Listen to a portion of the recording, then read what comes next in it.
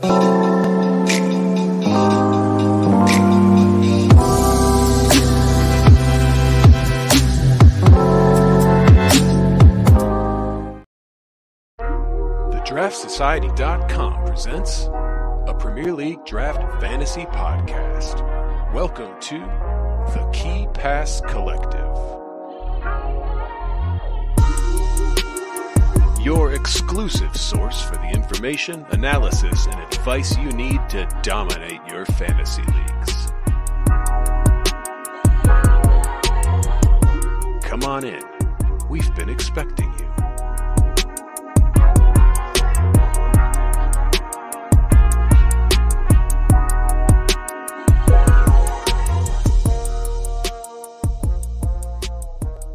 Draft heads, what is going on? Welcome in, one and all. I finally got the music correct. I'm so excited about it. Welcome into the Key Pass Collective. My name is Joe Williams. I will be your host here for this particular episode. For those who are just joining us, maybe for the first time, welcome into the 23-24 Premier League Draft Fantasy season. We're super stoked about it. Here to be kind of deconstructing game week 1, getting you prepped for game week 2. And just a reminder of who we are. Key Pass Collective, of course, is the audio companion to the Draft Society website. The Draft Society is going to be your one-stop shop for everything that you need to dominate your draft leagues. So we're going to talk a little bit more in just a second about some of the insider benefits that we offer. We are an independent fantasy site, so we do appreciate any support and are grateful to the community for all of the support you guys already give us. But reminder, tons of free stuff on there. Weekly articles, waiver wire pickups, hidden gems, sleepers 11 every single week, top 75 rankings, all kinds of stuff on there. Check it out. And for those of you who might be willing to part with a couple dollars a month, we do have some inner circle benefits as well. So let me just quickly go over those, and then we'll get into the meat of this actual episode. So if you get the season pass, you will get the fantasy toolkit. And the fantasy toolkit is kind of our shining gem right now. Debuted last season, and it is up and live. Basically, it's a bespoke way to figure out who you want to pick up week to week. It's going to give you suggestions on the waiver wire. It's going to give you your team's rest of season value, actually like numerically, so you can figure out how you stack up against your opponent. It's going to help you evaluate trades and give you a literal numerical evaluative number based upon your trade. Who do you want versus who are you going to give? And it's going to tell you whether or not you're winning that trade. So there's a ton there. And it's literally, you put in your Fantrax ID and it's bespoke to your particular league and your particular team. We're super proud of it. DraftLad has done an incredible amount of work on that. So if you are willing, the season pass is how you will get that. Otherwise, we offer a monthly pass as well. And the monthly pass gets you plenty of good stuff too. Weekly rest of season player rankings, weekly player points projections, sortable consensus rankings that we put out basically every international break at this point. We'll put out consensus rankings, extra articles weekly, including Ryan's Ghost Point Hunter article. We have a set piece taker tracker, which I'm going to mention a little bit today during this episode. We have our unique fixture difficulty tracker, which actually tracks Fantrax points by every single position on the field. Inner Circle Discord, we have that. If you are a member and need access to that, please DM one of us because we want to get you in there as soon as possible. Confidential trade advice through the website that no one in your league will see. And there's a ton more on there as well. So things to check out. Definitely be sure to head over there and get in there. We also now, by the way, in terms of the toolkit, we have the fixture difficulty tracker in the toolkit as well. So that will help you to gauge your particular players and their upcoming fixture difficulty with home away splits and everything like that. We're pretty proud of it. So I didn't do anything. I don't know anything about coding, but DraftLad's amazing. So check that out. And again, supporting independent fantasy football site. We really appreciate it. Thank you all so much. All right, let's get on to it. Okay, so today on the show, we are going to be talking about a few things. First of all, preseason best and worst calls. I know it's early. I know, but that's fine. We're going to go ahead and just get on it. So preseason best and worst calls. we are going to do a new segment that I have called Trust Trader Trash. Basically, it's keep, cut, trade, whatever the hell. I don't know. I didn't want to steal something from a different, like an NFL fantasy podcast that I listen to from time to time. So we had to make up our own Trust Trader Trash. So we'll get onto that with some players that managers are having questions about. Then we'll talk about some new transfers that came into the league, 3 of them in particular that everyone is sort of buzzing about. And then finally, Game Week 2 streamers. Of course, if you have any questions at any time, go ahead and get at us in the comments. We've got a few people already in there. Ben Chickens said he can't join us tonight, but he does have one question. Is it true the Chelsea midfield has the nickname LFC? That is absolutely true. What's up to everybody else? Tom, how's it going? Sean, Luis, how's everybody? Banta Boys are joining us. What's going on, everybody? Be sure to hit us with your questions in the chat, and we will be flashing your comments up on the screen throughout the evening as we go along. So let's go ahead and get right into it. So far, we have my face. I was going to say beautiful face, but I'm getting up there in age. But we do have somebody else who's quite beautiful, and that is Totti. Totti, how's it going, my friend? All good. Again, doubling down on no sleep. I was out living the life of a youth last night. Went on a date / festival. Very nice. Siget Festival. Some of our European listeners might know that. Final day. Billie Eilish concert. Oh, very nice. So you were doing the hello fellow youths meme. Yes, that Nice. that was me. That was me. I was there looking very disapproving of the young women and men who were out scantily clad. Yeah, in short shorts. How dare you?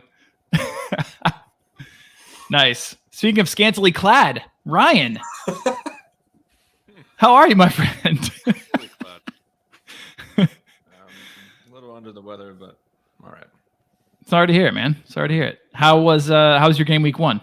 It was great. 3-0. Oh, nice. I mean, yeah, couldn't ask for it. I could complain, but I shouldn't. I probably will.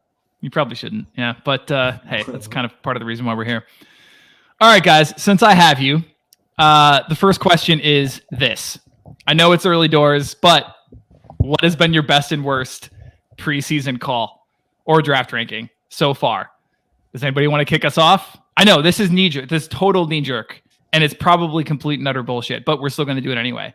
Best and worst preseason call if the season ended today. It would be one strange season. Yep. Yeah.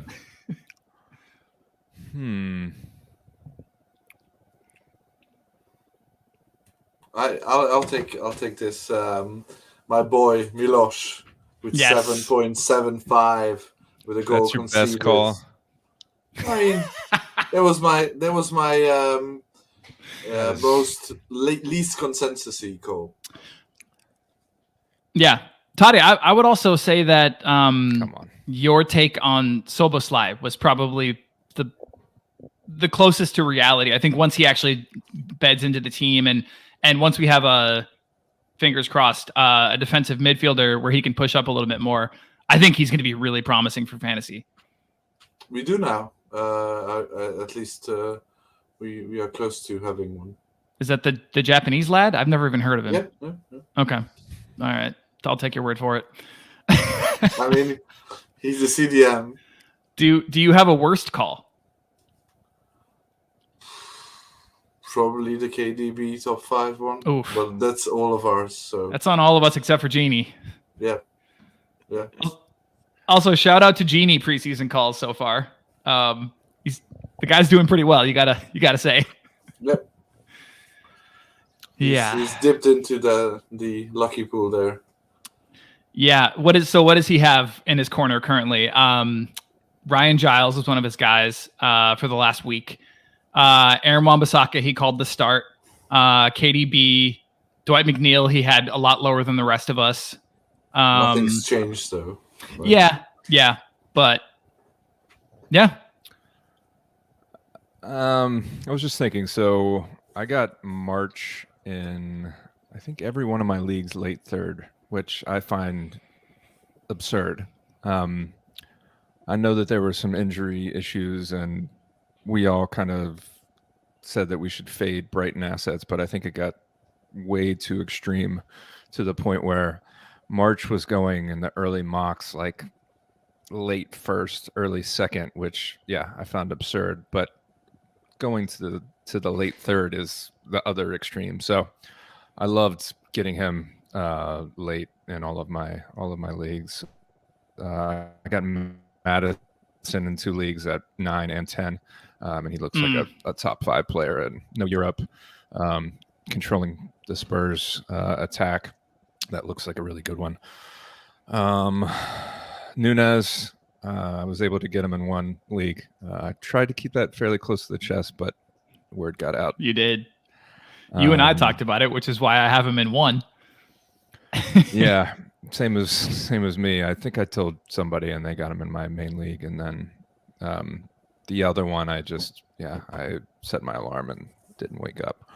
But yeah, those are some of the good ones. The bad ones, I put that Son would be undervalued, and I think I still like getting him in the late second in one of my leagues. But he didn't late look great. Second.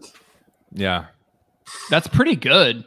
Yeah, I was kind of overjoyed to get a forward there. I think I was 5th, so I got him second round. That's late second.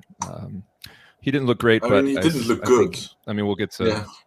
No, he didn't. But I think it's early days. I know we'll probably talk about him later in terms of chill or act on it, but I think we need to chill.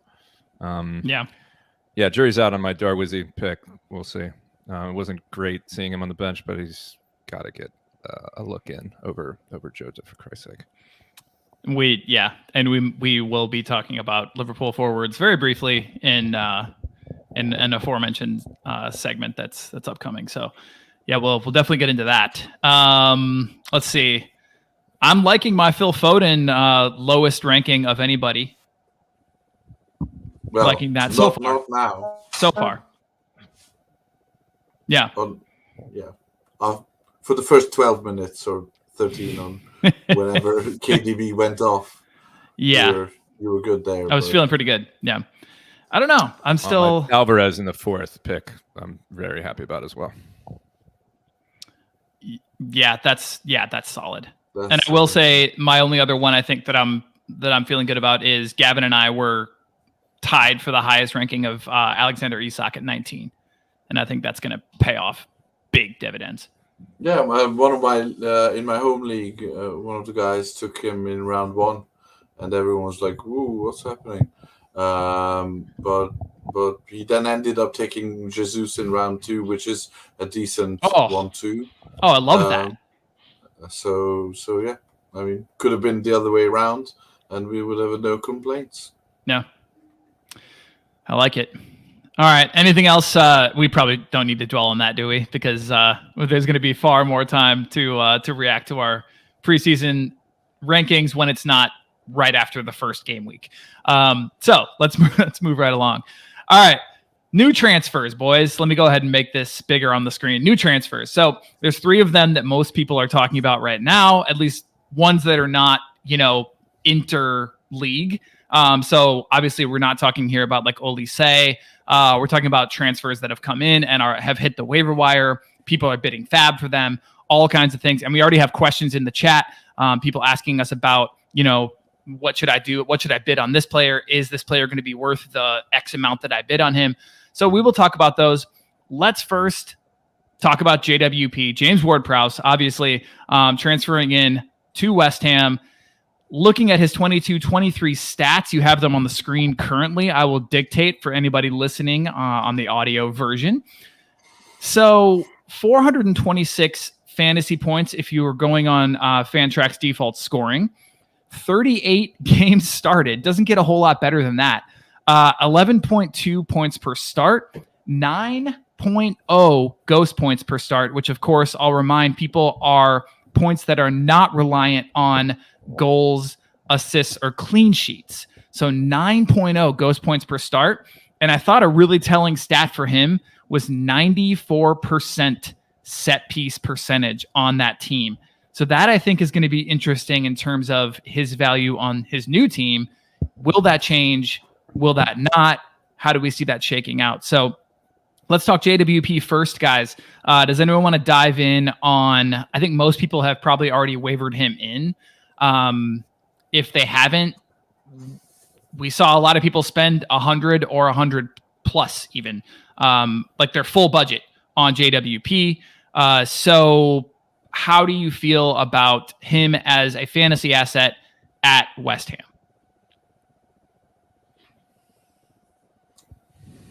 Toddy? That good, huh? Yeah, it's okay. So obviously we like him. He's a personal favorite of both Ryan and myself. Has been on our teams countless times over the years. It just and out of obviously Torre and Harrison, we're gonna talk about Gustavo Hamer. Gonna probably mention him as well. He has the most minutes in the Premier League, most experience there. So a lot of things going in his favor. I've faded West Ham players across the drafts that I've done, and nothing has happened that is making me fall in love with them again. Still seems like a bit of a haphazard transfer season. They are starting to put together a starting midfield after game week 1. None of them will have done preseason together. Obviously, JWP, amazing set piece taker. Some questions about whether he will get the set piece monopoly at West Ham, with Bowen still there and Benrahma being prolific on penalties. But I wouldn't worry about that. It's for me, it's the infield stuff that worries me a bit more. It's like he's played a lot, and he's played everywhere at Southampton, and he had production everywhere. But if you look at the numbers from last season, he had a very good stretch, but he wasn't lights out. He wasn't round 1, maybe even round 2 level production, and just solely relying on set piece productivity is a bit of a red flag. I'd still probably say bid a lot, maybe not all of your fab. I think I put in around 80% in my waiver article that mentioned him. I didn't get him anywhere. No. I think I bid 93 and I didn't get him anywhere. Yeah, he went for most. The argument there that a lot of the veteran fab users say is that there's very little chance that you get a return on investment with your 100 fab if you spend it after game week 1. The issue is, for me, is the opposing side of the argument is whether you get return on investment if you're spending it on 101 fab bits. So yeah, someone maybe we have someone in the chat who can start looking into that. Homework There for Evan, or Banter Boys for that matter. What does your gut tell you on that? My gut tells me that good managers, good Fantrax managers will get more value from $101 bids than one single 100 bid. That's where I was at too. And that sort of applies to almost any feasible transfer that you would spend 100 fab on. So like, I'm not saying Messi or Haaland or Mbappe or whoever comes in that is Pepe. But I don't think we have seen, other than the mid-season addition of Bruno a few years back, I don't think we've seen anyone really be value for spending all of the fab. Mm-hmm. If anyone is going to be, it's going to be someone who has Premier League experience and who we know his role is. But I'd exercise caution. So, yeah. So, am I the only one of the three of us that actually got him? Yeah. Yeah. So I got him in for 101 in one league, and I traded him out yesterday for MGW plus 10. So I parlayed. I got $100 from Genie for my 4th round pick, and then I got 70 for like my 5th round pick, and I parlayed that into JWP and Barnes, and yeah, flogged JWP for Morgan Gibbs White plus 10. So been wheeling and dealing in that league. I'm happy. You've essentially made your 4th round pick into a 3rd round or a late 2nd or early 3rd round pick. Yeah. Which probably JWP would have come in at the same spot. So it's 2nd round or 3rd? 3rd? Similar to Gibbs White. Ooh. Gibbs White was a 2nd round pick in a lot of leagues. Or like 2.5. He ended up slipping a bit. Yeah. Yeah, I think it was in ADP's 3rd round. 3rd and late 2nd. Okay, fair enough. But yeah, I just have a feeling that he's not. I don't think he's going to reach 11 PPS this season. I remember that early stretch last season where he was putting out very middling numbers. And I feel like he'll probably do that with some, explosive ones where he gets a couple of set piece assists or something along those lines. I'd be very surprised if he didn't get pens and most of the set pieces. I mean, it's like, the best in class walking into a team and, Ben Rama and Bowen be like, you know what, I'm going to take this. It's like, yeah, that's what Banta Boys is asking. Yeah. Does Bowen lose corners? Does Ben Rama lose pens? I think the corners question is yes. I feel like maybe the left side. Yeah, left side. Yeah, I think it's going to be dependent. I think he'll take pens, and I think set pieces are going to be dependent on tactics. Like, obviously, every free kick that has a viable way of getting to a shot on target, that's going to be JWP's. But any like mix around with in swingers or out swingers and stuff like that, I can see him not getting full monopoly, but he'll get enough so that his I didn't know you if you caught it, but we had a lovely commenter put out a comment that the data point that you forgot to add was that his points were 40% dependent on set pieces. Yeah, that was Evan. So yeah. So that's which I write off most things that he says. So I must have skipped that one. Yeah. So it's that's a high number. So it is. Yeah. So as high as I would think, actually, I thought it would be over half. But here's a quick question, guys, and people in chat, you can play along at home. If you look at our set piece taker tracker, which I love, there were 5 players who took 100% of their team's set pieces in game week 1. Do you guys know who they are?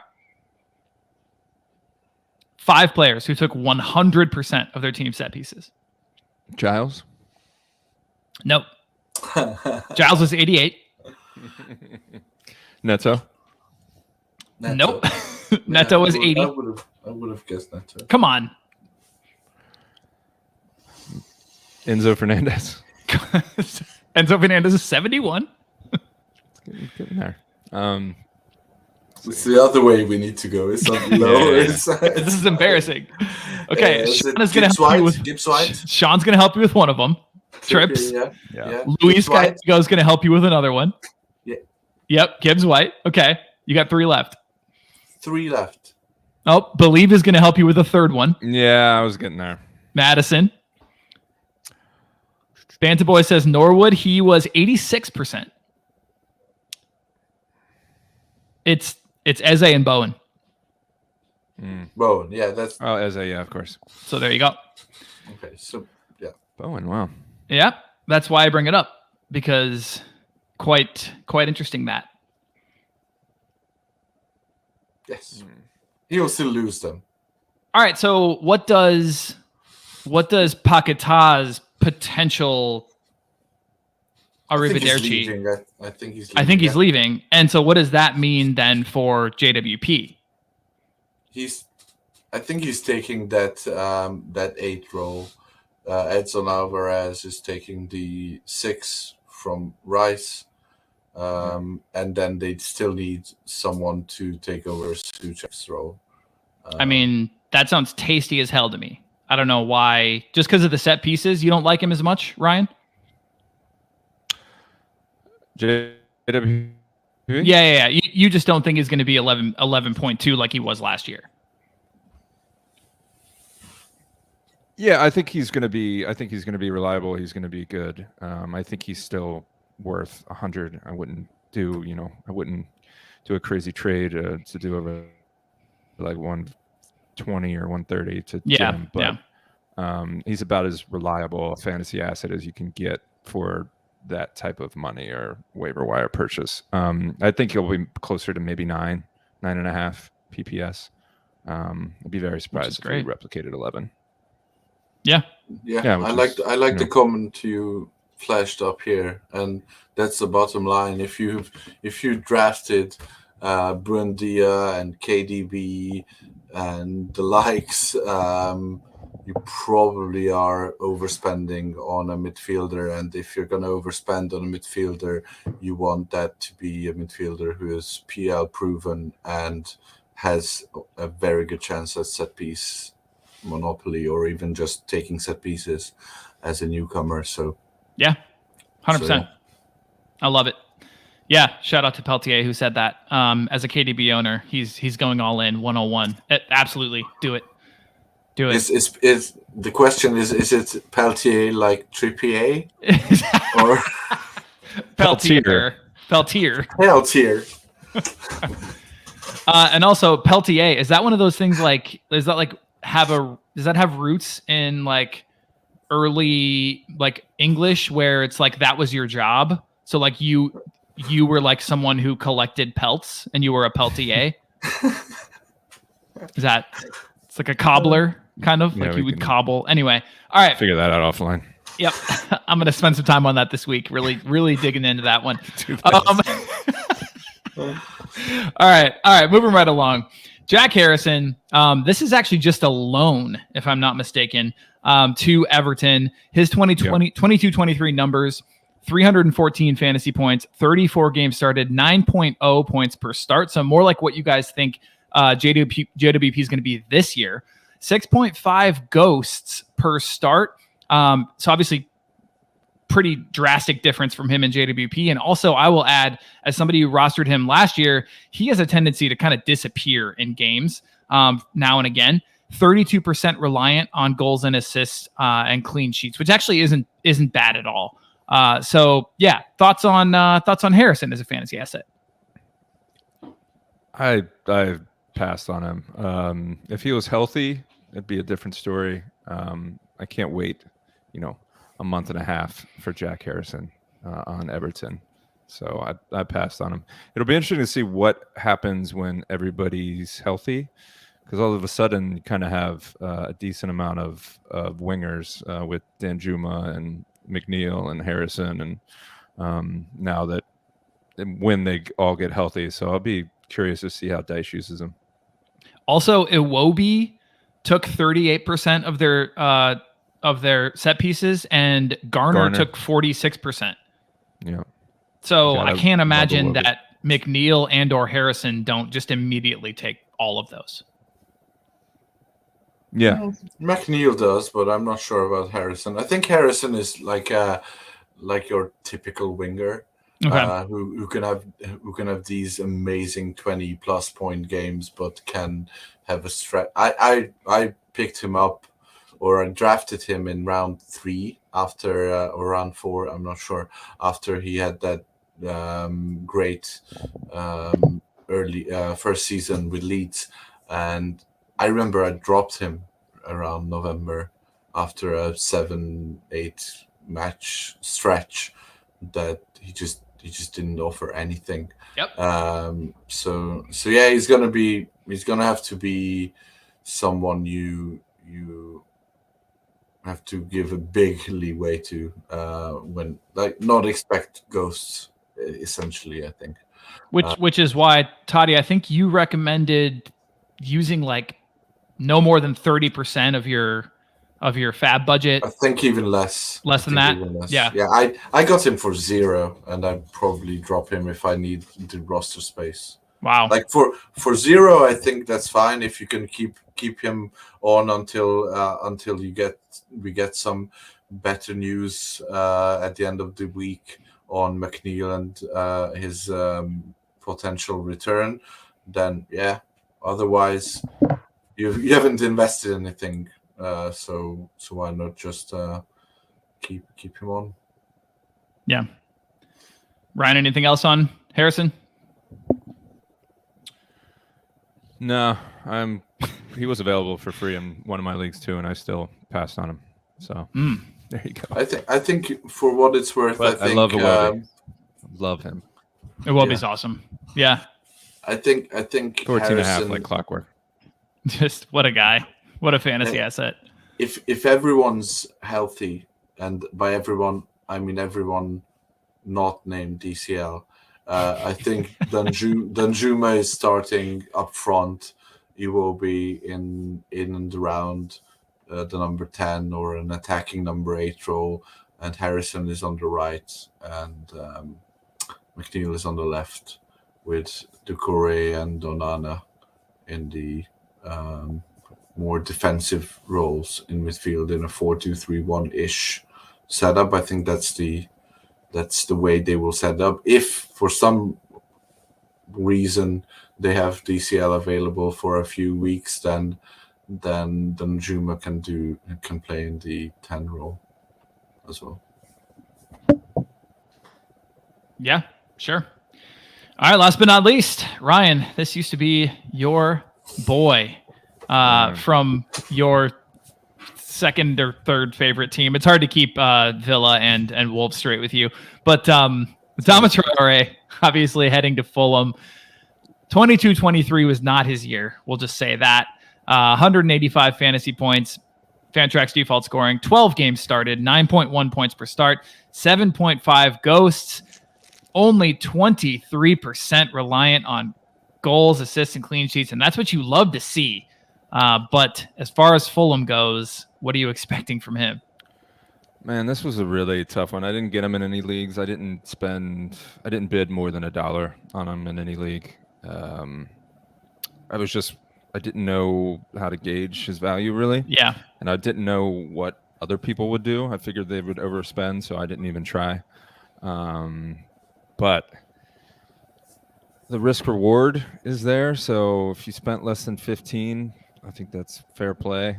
If you spent more than that, it's a bit more than I probably would. I mean, I think the conservative view would be that he's not going to start more than 15, 20 games. Despite Fulham being linked to CHO and others, they haven't gotten anyone else, but it's still fairly crowded. I mean, they have Wilson, They have Willian. You got a couple guys that could slot in there. Yeah. The only thing kind of giving me optimism that he might start is the fact that he probably had a decent amount of offers, and he chose Fulham. So I wonder if he got any assurances that he would play more than he did at say, Wolves. So, yeah, I don't know. Him and Jimmy linking back up is tasty, but it's also not 2018. No. So, yeah, I think, man, it's really tough because I obviously love the guy and I would really like for him to succeed, but I don't know if he has it in him anymore. I hear that. Totti, that pretty much links up with what you were saying in your waiver wire article. And he was the one that you recommended to spend the least on, right? Yeah. I think the Harrison injury is show your face already. Evan is talking shit in the chat again. I told you, man. This guy, he comes and just causes problems. Sorry, go ahead, Totti. Yeah, I think it's just if Harrison was healthy, it would be a clear 1, 2, 3 among these three. I just don't see how Adama would succeed in a Premier League setting anymore. Like that Nuno team with Jimenez and him, it was fine tuned, but we saw that after a year playing that successfully, it fell apart, and even he lost out on a spot in the Wolves team that he previously had succeeded in. Right. So I think there was a knife's edge that worked out there, and it's not the gold standard that he should work out. It's rather it worked out once due to a great set of circumstances that were on that team, and there was a very good team there. But I don't think he works anywhere else. I think he's come in. He's definitely the perfect late sub in a game. Like he will wreck that left back who had spent 60, 70 minutes chasing the Willian or whoever has been cutting in and trying to make something happen, and then you bring on Adama and then he wrecks you. 80% of his crosses will not find the right spot, but if they do, you got Jimenez on the other end. So exactly. If it's like, so if for the team, for Fulham, I think it makes sense to have him on a free transfer, have him on the bench, have him come in for a few starts to sort of shake things up. If you see a situation where there is a backup left back facing him, whatever. But I just can't see consistent performances from him in the long run. Yeah, I think the point you made about him being a super sub is a good one, and that counts against him. How good he is when he comes on late, and that's basically what Wolves ended up doing with him for the past 2 seasons. Was running everybody out and then putting him out to get behind defenses. So that attribute counts against him, and that's why I didn't get so many starts. So he's going to be great when he does start, but he's going to be really frustrating to roster because you just never know. Barring injury. I mean, Evan does say, exactly. Evan does say something constructive here, and he says that if one winger goes down, then he's lights out, which, absolutely. But I mean, then of course, maybe they're getting in CHO, and it's just like, there's a whole lot going on there. We're not quite sure how it's going to look yet.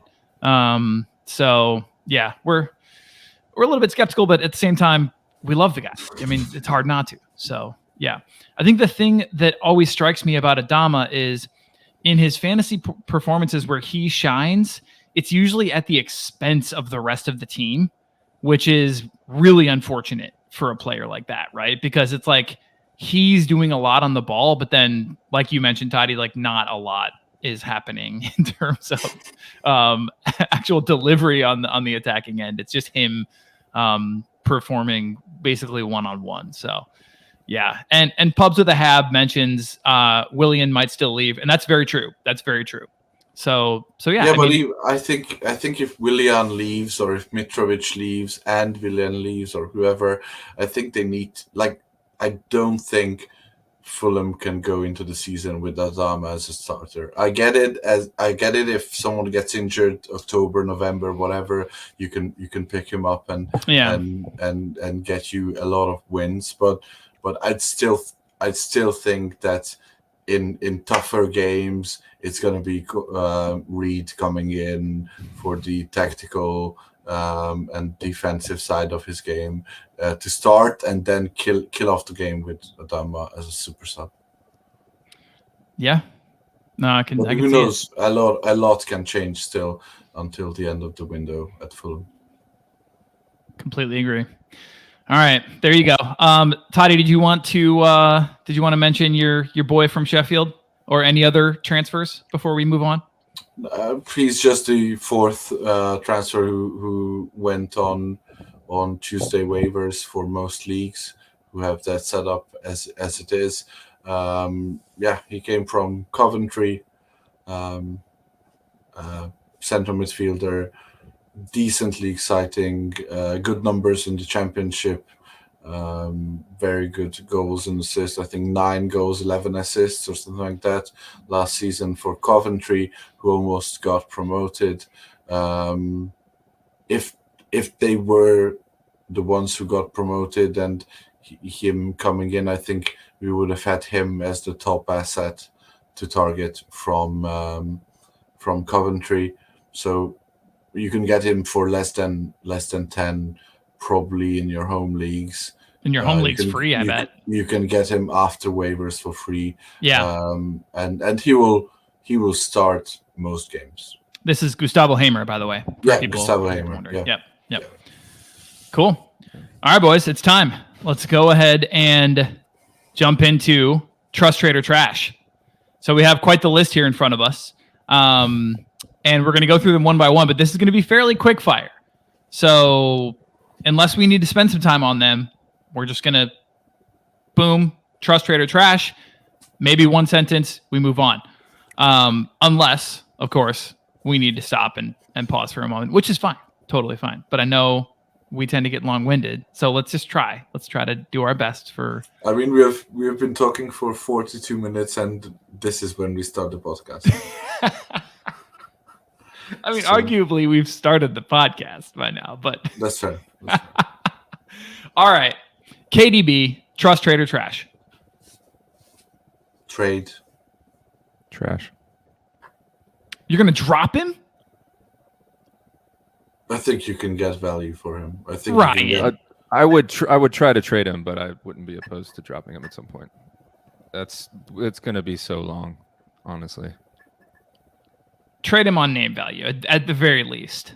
Yeah, it goes without saying, but okay, can't get anything for him, and you get in a pinch. I think he's droppable. All right, so give me, and I'm talking realistic. Each of you give me one trade target. Realistic. And not saying fab is a cop-out answer. Yeah. Don't saying 45 fab or something. No fab. Enzo Fernandez. I'd love to get Neto for. What would you take? Would you take Mateus Nunes? No, I think you can get better. You can get better. Okay, could you get a Iwobi, or is that too high? No, I think that's decent. I'd give KDB plus 10 for Iwobi. Something like that. I do have a Iwobi, and I wouldn't take that, but yeah, that's fair, like opener. What about Casemiro or like Doucouré? Yeah, I think those are the targets. That's around the area. Okay. Like the high end of the defensive midfield class that were drafted. So Rice. They have Rice. Yeah. I would trade KDB out for Rice. Yeah. That's fair. All right. Trust, trade, or trash? Trent Alexander-Arnold. Gotta trust. Trust. I think we have while we have been doing the pod, we have a here we go on Watanabe and Do. So at least they have warm bodies. Start at Japanese Milner. Japanese Milner at number 6.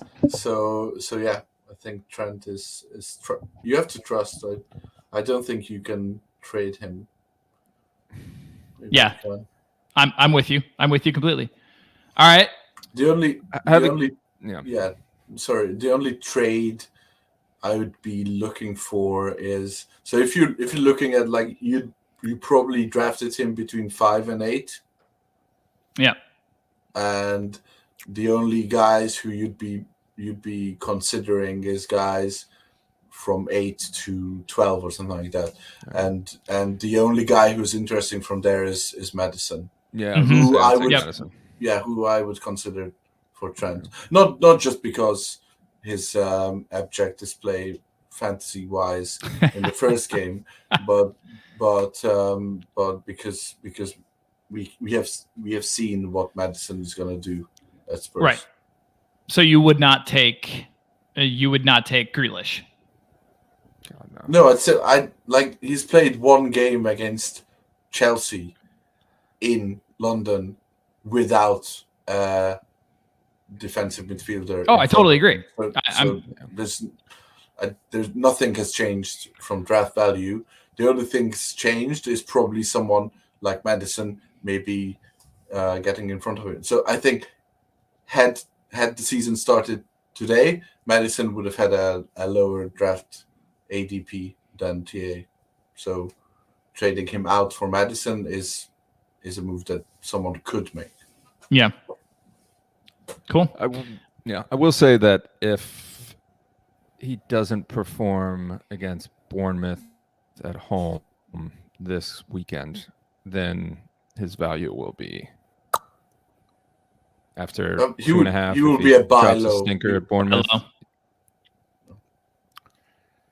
You'd have to hold him at that point. You couldn't trade him, but no, right? Yeah, I would start bombarding Trent managers with offers. Yeah.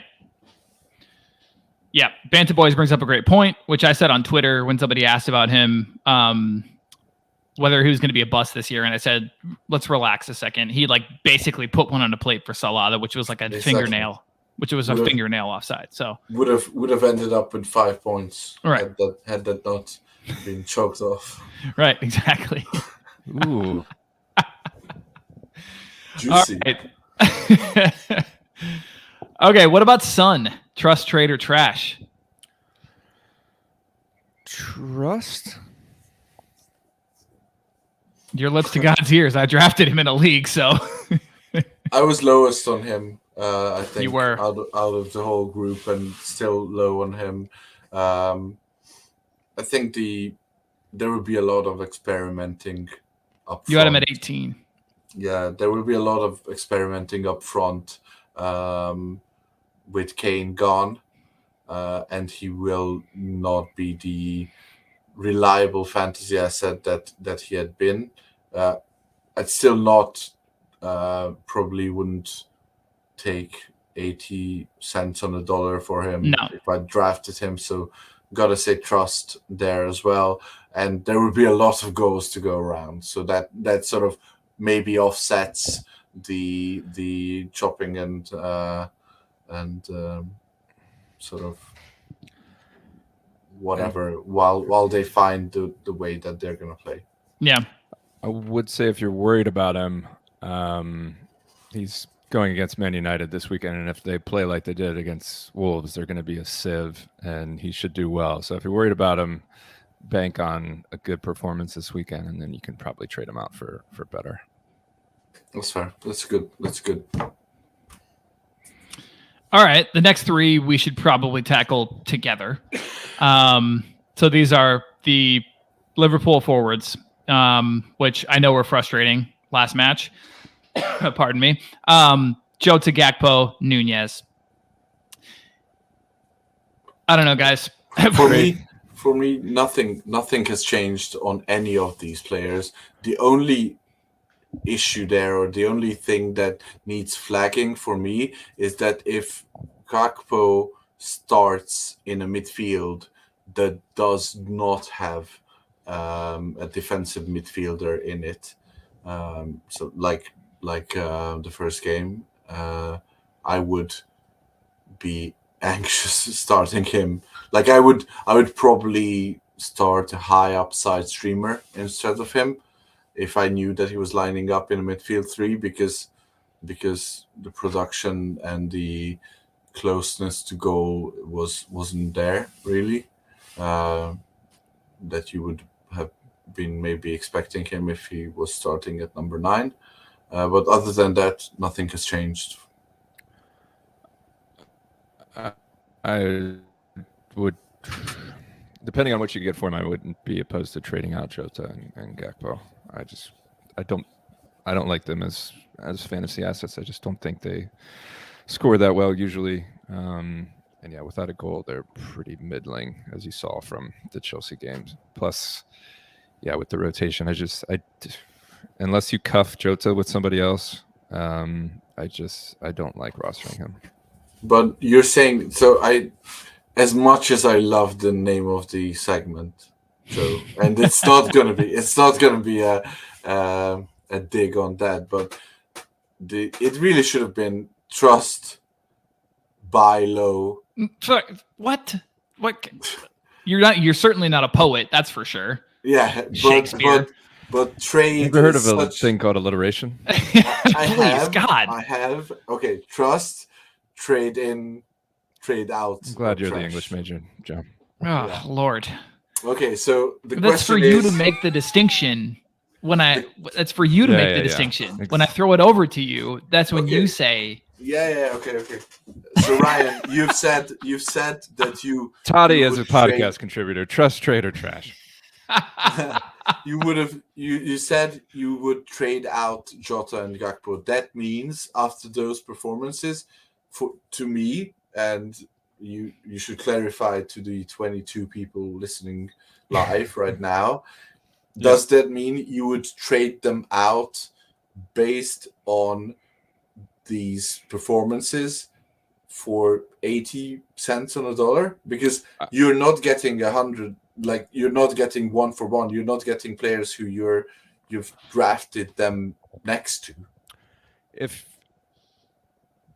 Well, first off, I wouldn't have drafted either of them that high. But in terms of Jota, you could make the case that he started and that's his role. And so I don't think he's necessarily, just because he got 2.5 points, a trade, pennies on the dollar. I think there's a case to be made that. You could say that he's a starter and get decent value for him, or trade him to the nervous Nunez roster and say, they're going to rotate. This is a good cuff to have. I don't like rostering him, especially on his own. Obviously, everything depends on what you can get for him, but take a little time, Totti, and explain yourself. Exactly. That means nothing has changed from your personal valuation of Jota and Gakpo since draft day.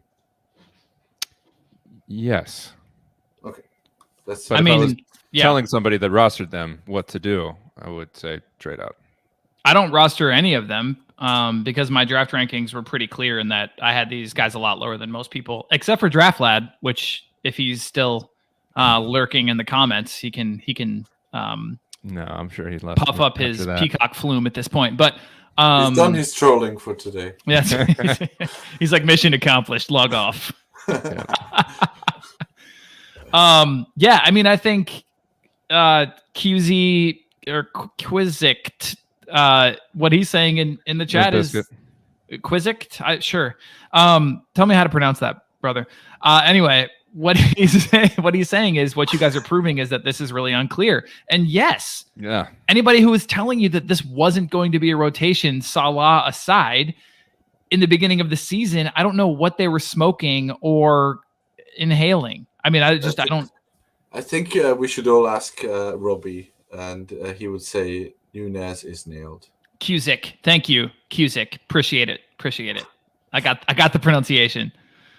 Also, Evan is here and saying he agrees with Pubs, maybe about Diaz, and I think he's mentioning wouldn't have drafted any of them in the first place. Is that what you're talking about?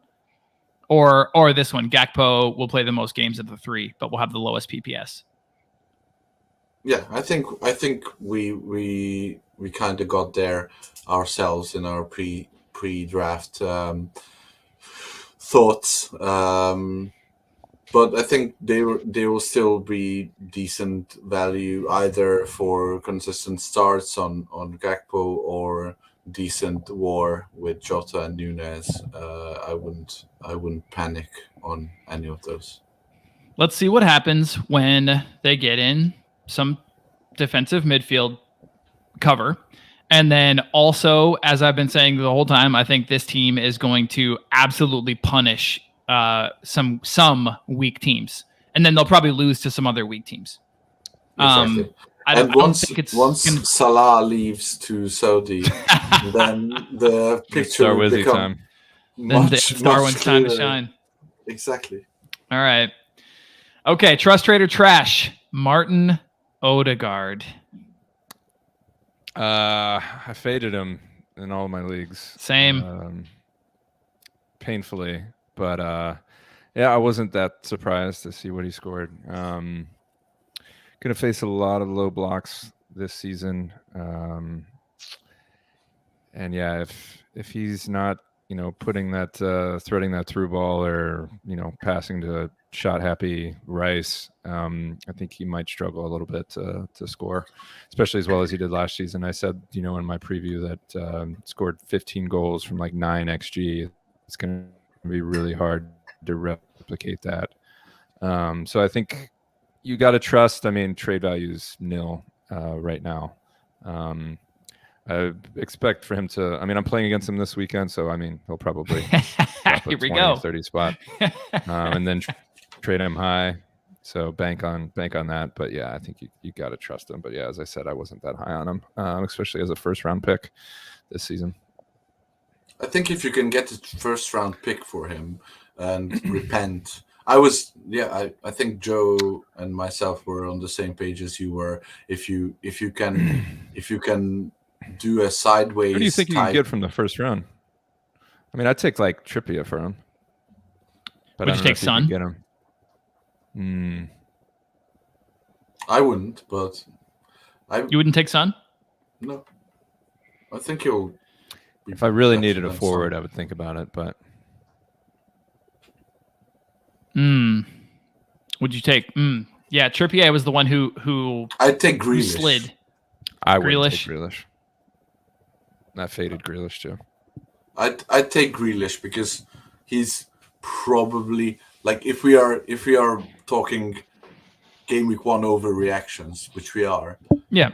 His Grealish drafter would have probably had a similar level of panic as the Odegaard drafter, and I think the expected war or projected war is still higher on Grealish than Odegaard. So I'd make that move. Yeah, I mean the issue is, I mean, people can go and check out some of our preseason articles for a lot of these arguments that we're making now, because I think some of them have played out. So Odegaard, I guess, is one of them that I think has proven correct. A lot of the things we were saying preseason in our article that is called, what was it, Ryan? Players we love but won't be able to draft. Yeah. Check that out, because Evan and I had a conversation via text on that article talking about Odegaard, both from just the vibes and gut check angle from my take, and then also Evan came in with a lot of different stats and whatnot. So yeah, check that out, because I think it's playing out before our eyes.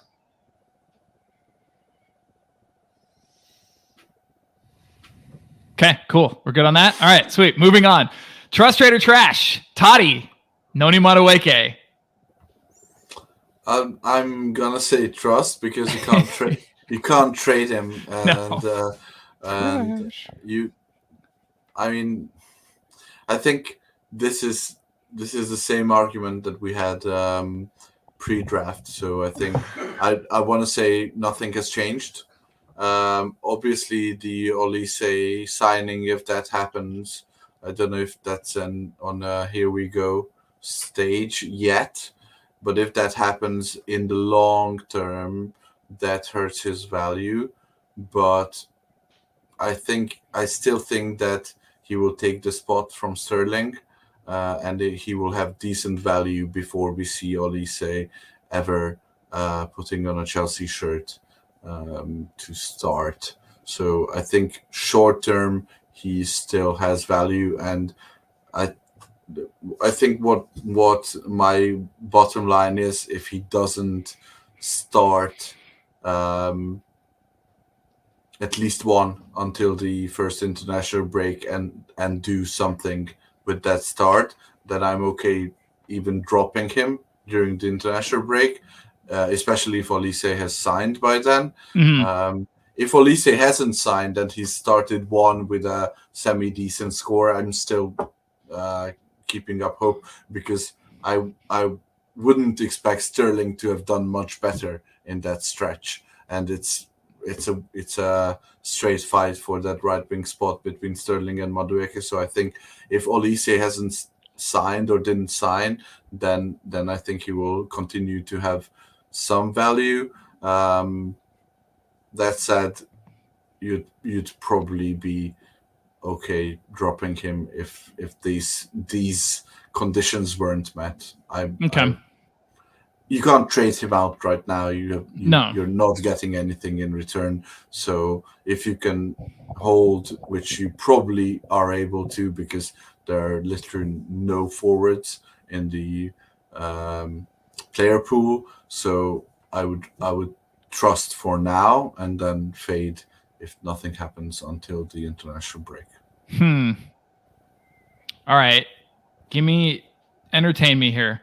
Who would you rather hold speculatively right now? Noni Madueke, Fabio Silva, or Callum Hudson-Odoi? Madueke. I wouldn't hold any of them. All right. It's a good question, though, right? Because all of those sort of offer some promise, offer maybe some upside. I think Silva looked very good when he came on. Obviously, they were at the end. They were chasing the game, and everybody did. Everybody did. That's fair. And Cunha looked good enough so that he has the spot there until he. Cunha looked does great. Something. Yeah, but that said, that's what I said in my.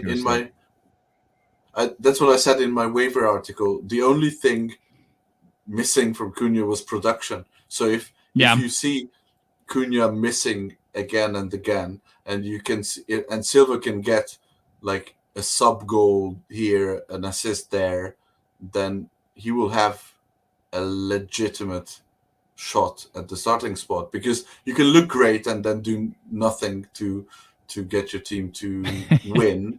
Traore. Exactly. So I still have some hope for Silva. I don't think Hudson-Odoi has value, but Madueke is on the team. He has only he's on the team. He's on the team. That's better than Hudson-Odoi. He's included in the roster. That is better than Hudson-Odoi. You're right. That going for him. He is the only right Available winger. For selection.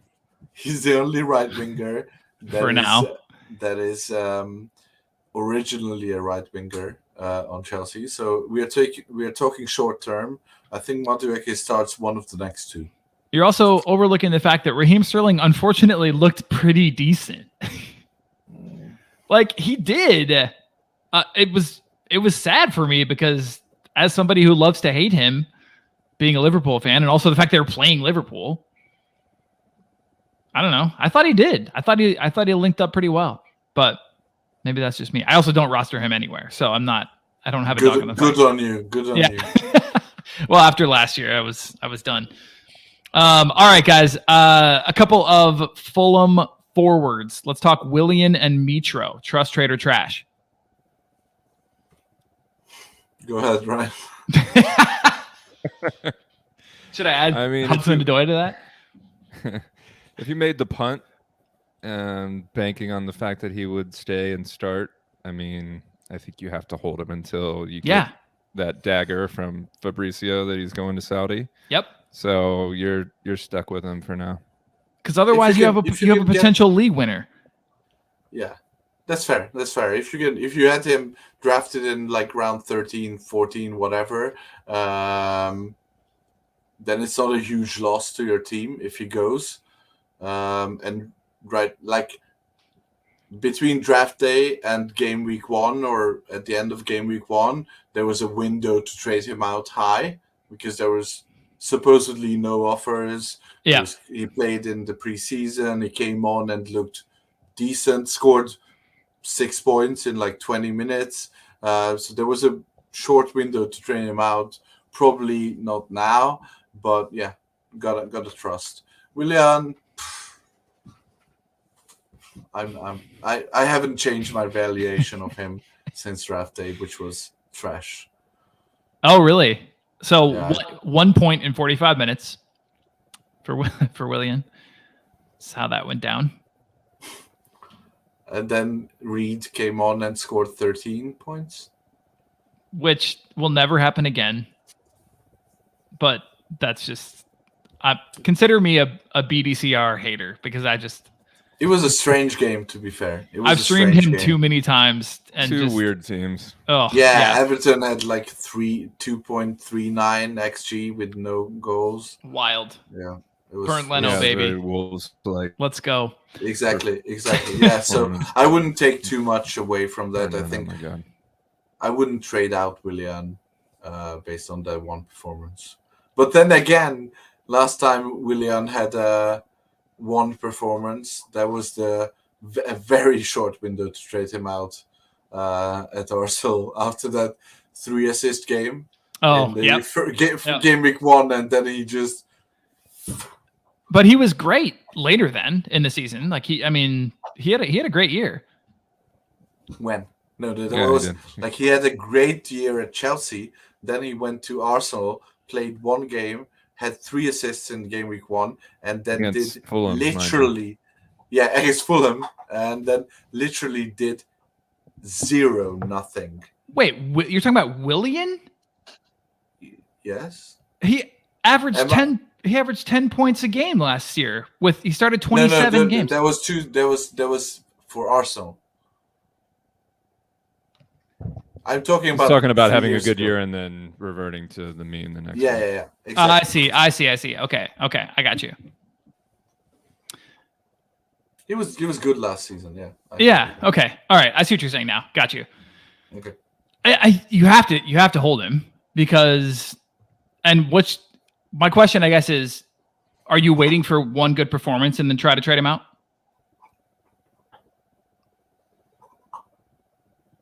I depends on where you got him, I think. I think that's what I would do. Be opposed to it. Depends on what you can get. Yeah. Yeah. All right.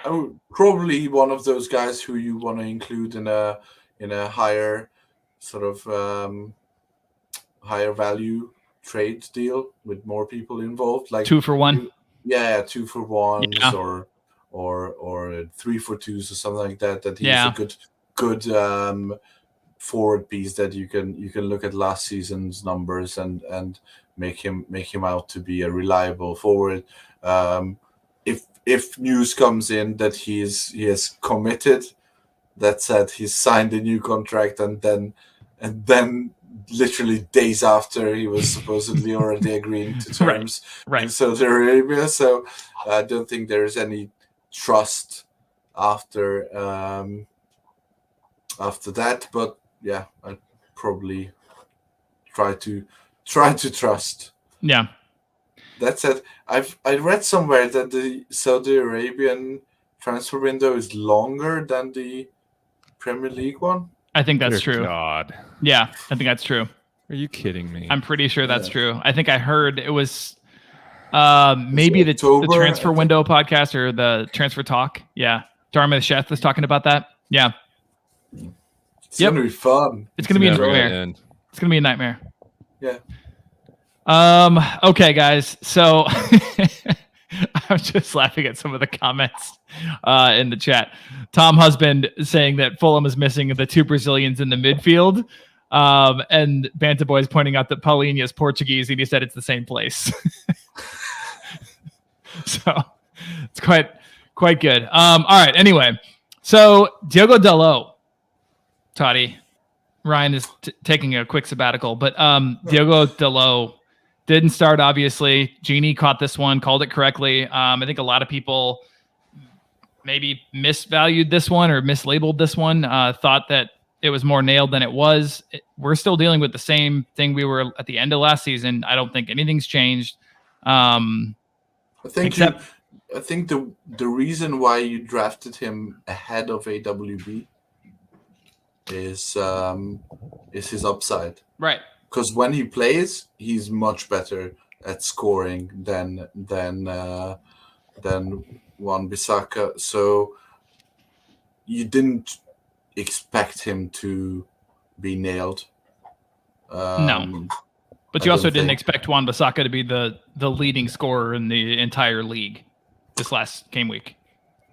You definitely didn't expect that. Yeah. If you can get good value from the cuff herder, who has Wan-Bissaka, then try to trade out. Otherwise, you have to trust, I think. It's a hold. I mean, honestly, be honest with yourself. You drafted him knowing this was a possibility. Exactly. I saw somebody drop him in one of my leagues, and it's like, what were you expecting, right? Like, you knew that this was going to be a handcuff, and if you only took one of them, you were opening yourself up to this. Yeah, you knew that in the 17 to 20 games that he starts, he has potential to be a defender 1 value. Yeah. And in the rest of the games, he has 0 potential. And this was the rest of the games. This would have to be a cuff. Yeah, you did. And I saw my friend in our draft take Dalot in the 8th, and I was like, you better get AWB in the 9th or you're going to be ruining that decision. And sure enough, he let somebody else get him. In the league I have AWB, I, first of all, didn't start him because who knows? Because anytime they're playing late in the game week, this is going to be a problem. Yep. And then also didn't get Dalot. So I'm, also ruining my choice. So there we are. All right, moving right along. Ryan, I put this one in here for you. It makes a lot of sense. Yeah. Fair. Yes, I put this one in here for you. Sheffield United defenders, which many of us were high on going into the season, maybe remembering the days of yesteryear when they were fantastic. And after game week 1, it's got us all questioning trust, trade, or trash. Trash. All of them? Done. Yeah. I wrote the Sheffield United preview, and I said that this is not the Sheffield United team of yesteryear. You did. But to be fair, I saying. thought it was a 1-week play. Yeah. Baldock scored in preseason. They had Palace with only Eze on the fucking roster who's capable of doing anything. At home, first game back from the championship, should be buzzing. But little did you know, they're done. Little did you know, Hudson Edouard had something up his sleeve. Yep. Peace out. Yeah, if you concede to Edson Edouard, then you're done.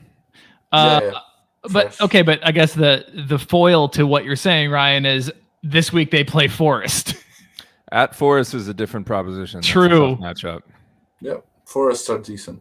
And I think you're going to see in our streamers which way we land on this matchup. We're going to fade one of them. It's going to be a Forest. Yes, indeed. All right, this one might be quick. I don't know. Mateus Franca, new signing for Crystal Palace. Trust, trade, or trash? Trust. Ooh. Unless you get news that the injury is really long term. I faded him. I didn't get him in. I think he will be on the wire before he gets production. But if you did, and you spent money on him, But what if? Yeah. then I guess you have to trust. Yeah. A lot depends on roster construction. yeah. I think if you invested priced it in. knowing that he's out for a few weeks, then you've calculated that in, so nothing has changed. If you invested, the Elise thing changes, makes him even more valuable, in my opinion. That's fair. But that is valuable down the line because both are injured.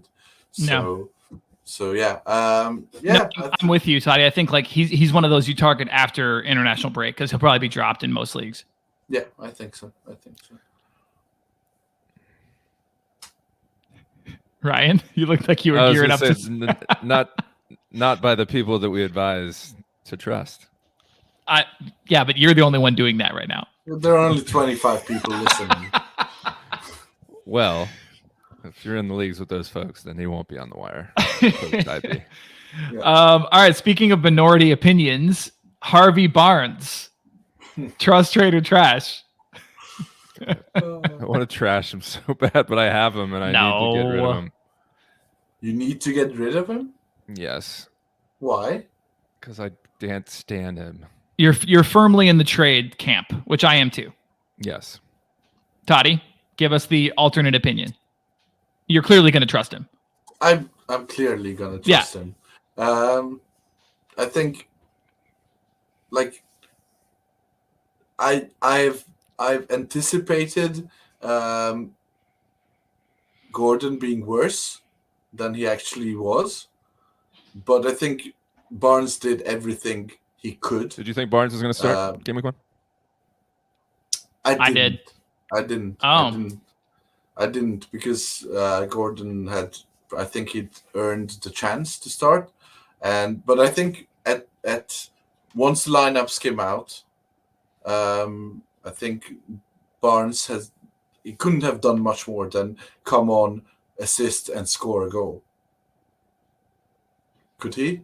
No, but I also think Gordon's not going to lose grabbed it with both hands. That. I think Barnes is a better player than Anthony Gordon, and I think Anthony Gordon is a better player than Miguel Almiron. So I think. Granted. Yes, I agree with that. I think there will be a separation that will finally end up having Barnes having close to 30 starts, which will mean that he's valued there, I think. I mean, if you can trade him out on a high after scoring and assisting, then I'm not against that. Yeah. But I don't think that you can trade him out on a high if you've seen the game or if I think you've got to trust if you have him. What would you take for him?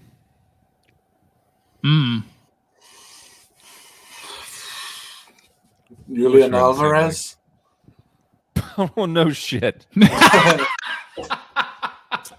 Saka? What about okay, all right. Let's Joe, be serious. Joe, give us some Joe's gonna just say a Wobie. Joao Pedro. No. I still think you could get more for him. I don't think you wouldn't take Joao Pedro? No, I don't think he's more nailed than Barnes. Oh, I would absolutely take Joao Pedro over Barnes. Okay. Interesting. You would need Enciso or something along those lines. Well, we'll get to him in a second. Banta Boy is asking Barnes for a Liverpool forward.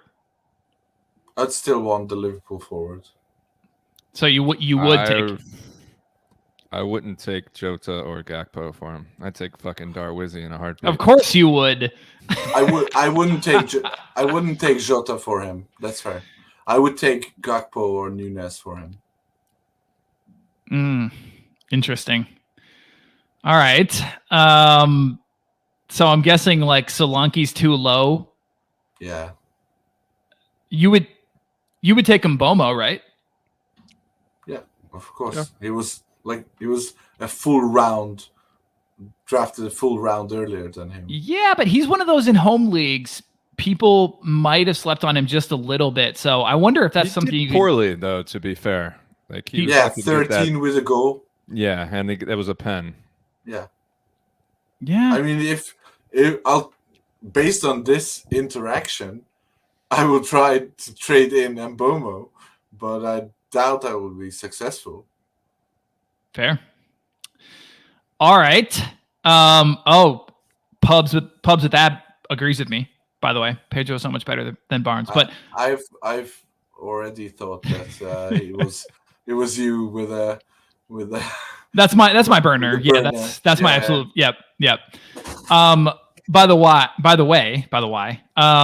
very early in the podcast, very early in the podcast, we were asked, or we were basically requested not to say to drop Enciso and Madueke. We've already, unfortunately, gone against that for one of them. At least some of us have.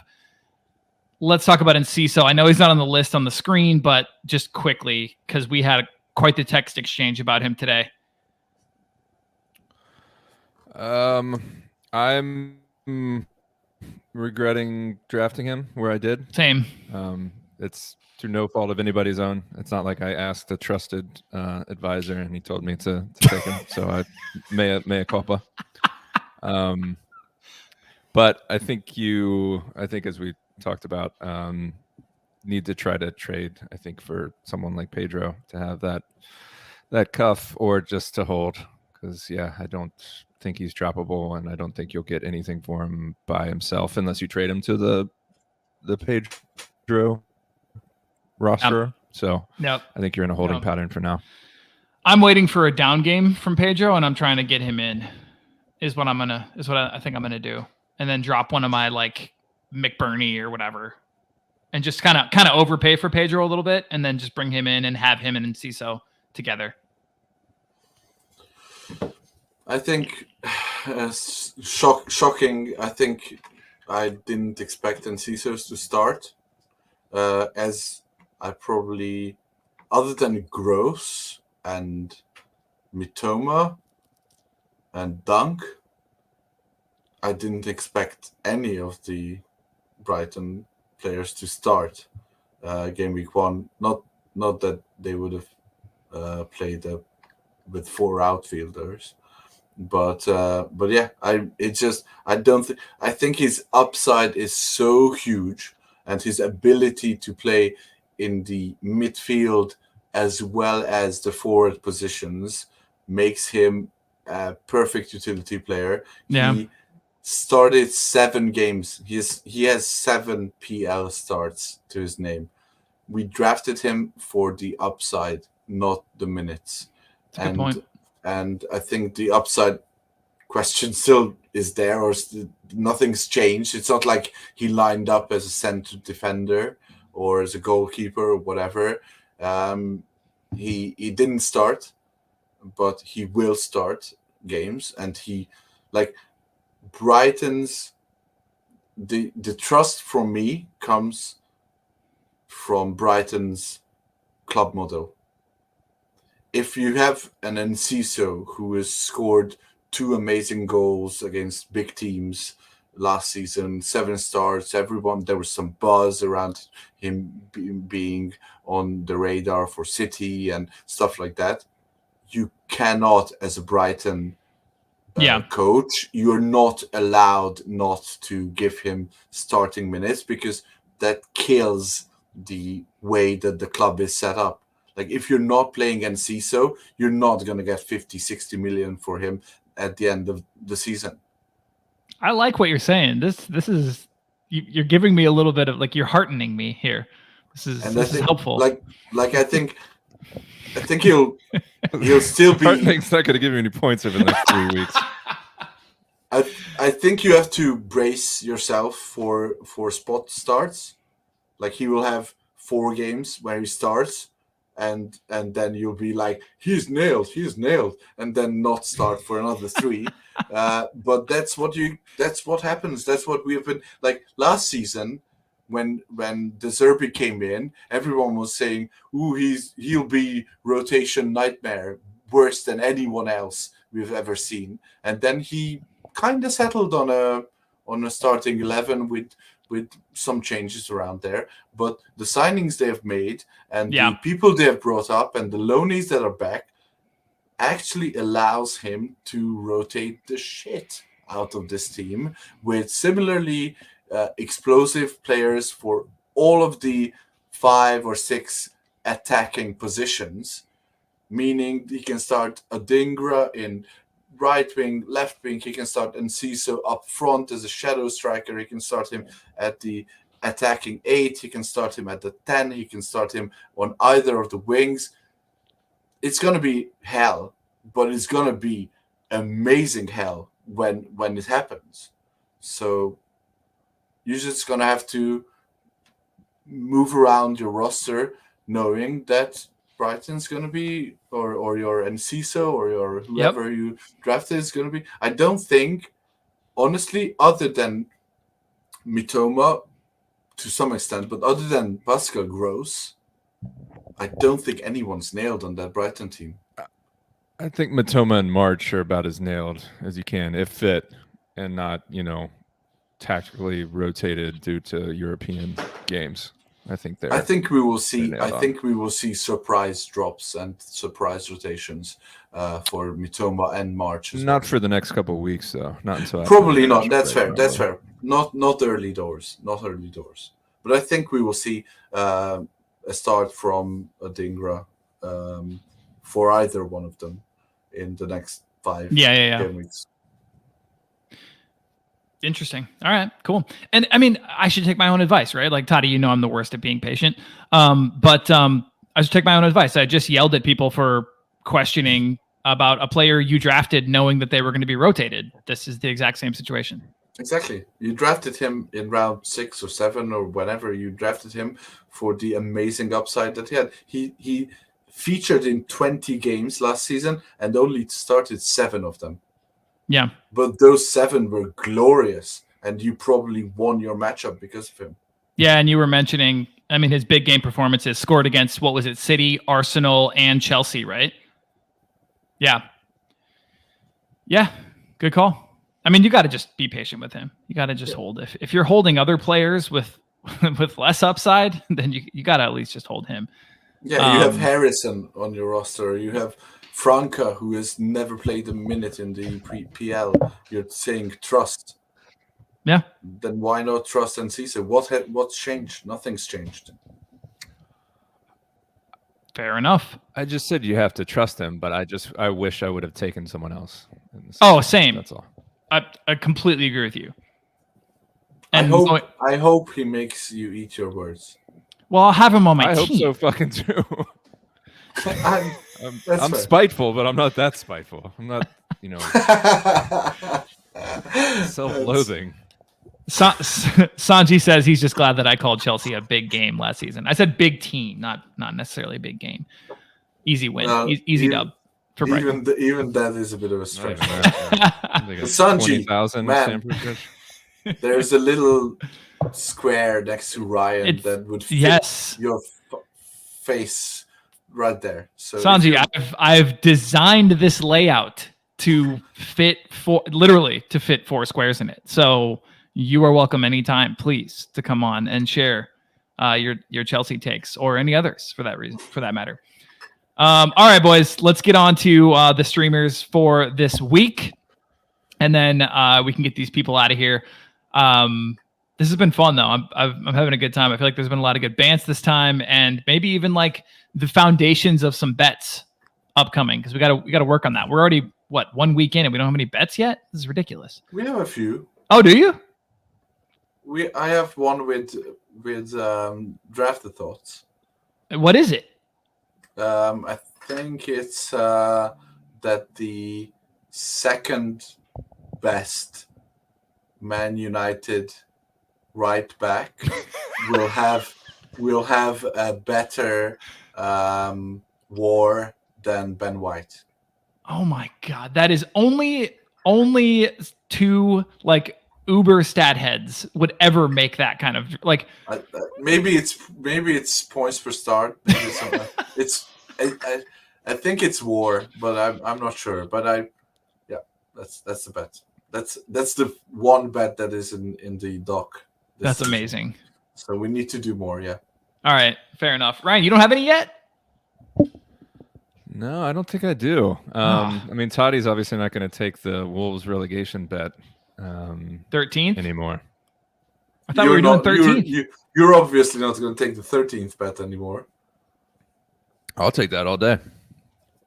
Lock it in. Yes. Do it. All right, wait. So is 13th a push? No, 13th I win. Oh, okay. All right, fair enough. There it is. There's your first one. All right, beautiful. Okay, let's talk streamers. So, of course, reminder for anybody who might be new to this game. I hope there are some people. Streamers, of course, are guys we're going to recommend just for this week, kind of based on the matchup, based upon maybe their form, how they've been performing in fantasy, the opportunity they have within their teams, their minutes, etc. These are guys that we're going to recommend just for this week, potentially maybe a couple weeks, but really these are just guys to kind of pick up and then move on after this week. So let's go ahead and kick it off. Totti, you got first. I have Benny Traore against Nottingham Forest. We said that we'd be fading one of those teams, but I'm not expecting him to light the world on fire. But if you need a streamer who can get you some points and not disappoint, then he's worth try. I wouldn't spend fab on him or even the potential to lose my bid priority with a 0 bid for him. My second one is Jeff.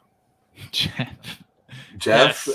who did very well in the first game. Arsenal, you would usually fade anyone playing Arsenal, but I think you can still expect 7-8 points from the Schlupster. This next one is a longer term play, but I think is a similar situation to last season's Mitoma, that you need to be aware that he's there and need to jump on quickly enough. I don't think he'll start in the next 2 or 3 games, maybe not even before the international break, but I think there is a few starts in there for Adingra of Brighton. And my last one is personal. No. Well, someone who's wronged us. I'm not ready. Someone who's wronged us many times last season. And that is Damsgaard of Brentford, who will probably deputize for Jensen on sets and in that midfield position as well. So I would keep an eye, but do look at the lineup. So if Jensen makes a recovery, then do not start Damsgaard. I like it. All right, Ryan, hit us. Not Damsgaard. Hold on one second. Are there any of Totti's who you are targeting too? I No. mean, Adingra, if he starts, obviously, right? Obviously. That's always the start. Yeah. I don't think he's going to start for a number of months. Months? So I saw somebody drop like 5 fab on him this week, and I was like, man, he's going to be dropped in a couple of weeks. Wow. I don't see him starting for a while. Okay. I said on Twitter, I get the kind of Mitoma FOMO, but let's remember that Mitoma didn't get that role until January, February, something like that. Very true. It took a very long time. So if you drop 5 on him in August, Yeah, he was decent value. I think you needed to pick him up in October. There was no way he was on the wire in January. He didn't nail down the spot until January. That's fair, but you needed to be on him mid-October. Yeah, aware of him, but I wouldn't roster him right now. That's all I'll say. That's fine. Yeah, that's fine. There was a period of like 1 to 2 weeks in there after he got his first kind of like action and looked promising, where we were all saying like, "Hey, now's the time, pick him up." Yeah, we will have that pod, the Adingra pod. Yeah. I remember DraftLad especially was like, get him in, and those of us who listened, there was time to do it. There was a week or two in which you could do it, and so this is just a flag, just to be aware. Yeah, and we will tell you when he has accrued enough sub minutes and there is some moving around of the starting 11 that he is expected to start. Yeah, I like that. All right, Ryan, hit us. All right, tastiest matchup of the week, of course, Sheffield Forest on Friday. I like Willy Boley in this one. He dropped, I think, double-digit ghosts against Arsenal. Was very active. I think he finished with like 8.5 points despite 2 goals conceded. That bodes well for the aerial fest that should be playing against Sheffield United, especially if my other streamer, Ali McBurney, is back. He's back in training this week. Looks like he might be able to get the start. If he does, I think he's a good forward streamer against Forest, even though it's a tough matchup. I think he can ghost, as I said, with the aerials, but Boley has a good chance of ghosting and getting a cleanie, in which case he might be able to drop 15, 16 points. We shall see. But I'm taking him in most of my leagues. And just want to flag that Felipe was mentioned in the presser, and he said he's far away. He has a knee issue, so I think that helps Bolly as well. Yeah, for sure. If Felipe was starting, I would think about it, even though I still think either of them would be a good play, but obviously rather Felipe, but that's a moot point, thankfully. So James Garner versus Villa. Garner got a decent 7-point outing. Like we talked about, he shares set pieces while McNeil and now Harrison are out. So he should have a decent chance. Villa gave up a shitload of goals to Newcastle. I'm not saying that Everton is going to score a shitload of goals, but if you need a midfielder, I think he's a decent shout. Tomiyasu came in for Timber, who unfortunately got that horrific injury, which still absolutely gutted about because he was been such a baller and was looking forward to seeing him play this season. But it was Tomiyasu, not Tierney or anybody else that came on in his place. I expect him to play at left back against Palace, but you never know. I think you should be fine because Tierney and maybe Gabriel Magalhaes will be available on your wire in case you get jammed up. So I'm depending on Tommy and potential cover for that Palace game. Palace looked pretty bad in terms of everything. It's just they were helped out by the fact that they were playing Sheffield. So I hope for a rare clean sheet for Arsenal, who just love to give up a random goal like City. They sure do. So I'm hoping that they'll finally keep a clean sheet. The last one is more of a punt, new signing, Bassey for Fulham. Talked a little bit about this with Genie. We seem to agree that he's going to either be an aerial monster or he's going to be trash. This is kind of the test. I think the last week was too soon for him, but I would expect for him to start against Brentford. And yeah, this is his audition. So we shall see. If you need a kind of potential high upside defensive streamer, he might be your guy. Just to sort of throw a towel on that, he's in the 26th percentile for center backs for aerials. But he's in the 98th percentile for assists. Yeah. 90. So if he gets his successful take-ons, he's not an aerial guy. He's a progressive passer. He's one who steps up and carries and passes ahead. So you will see I think the good comparison for Bassi is peak Joel Matip. So you could see him just leg it through the midfield and get an assist like that or something like that way. So I would exercise caution on expecting any aerials from Bassi. I meant more of a but yeah, he could still be a decent fantasy asset, just not based on the aerials. Fair enough. Speaking of progressive passes, I'm adopting one of Genie's boys because why not? I mean, the options are fairly limited this week. So Basuma performed well against Man United. Go for it. I mean, there's no reason not to. If you need a midfielder 4 or a midfielder 5, like don't expect even as much as he did last week, but looked involved. How many points are you expecting? What did he have? Like 14 last week? Let me quickly pull him up. Basuma, he got 12. 12. How many am I expecting? He's one of those. He's like a Jeffrey Schlupp. I'm hoping for 7. Yeah, I thought you were gonna go higher.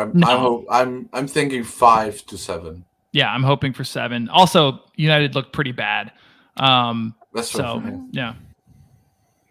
Ryan, you were gonna say? I think he'll probably get a little bit more. Okay, that's fair. So there you go. I mean, 8 to 10. Okay, that's a decent floor. So speaking of floor, I'm expecting the same for Norwood. Was on sets, which I like, obviously, versus Forest. So you can get him free in most places. Wasn't drafted in a lot of leagues, and in a lot that he was already dropped. So check him out.